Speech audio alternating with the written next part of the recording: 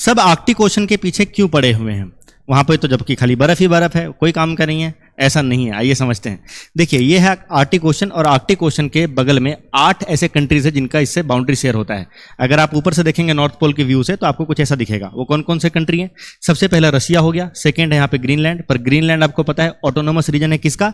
Denmark नाम के एक यूरोपियन कंट्री का, तो सेकंड मेंबर हो गया डेनमार्क। तीसरा हो गया कौन सा? कनाडा।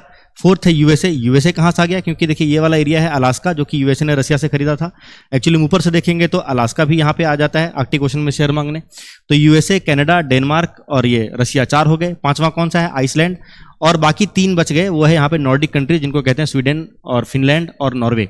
तो मिला के 8 आर्कटिक मेंबर्स हैं जो आपस में लड़ाई कर रहे हैं कि आर्कटिक ओशन में किसका कब्जा होगा।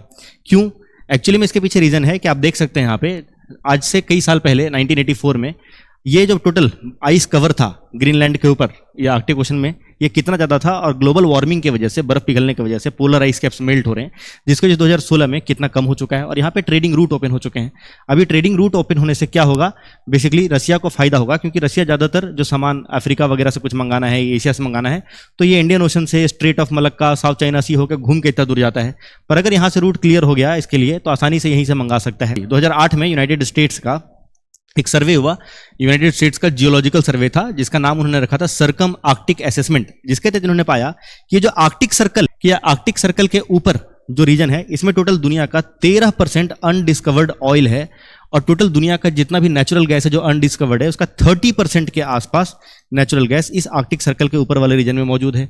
यही कारण है कि सबको पता है कि अगर इस एरिया पे कब्जा हो गया तो बहुत ज्यादा मात्रा में अपने को फ्यूल का सप्लाई मिल जाएगा, और इसी के लिए यहाँ पे आर्कटिक के लिए एक लड़ाई चल रही है।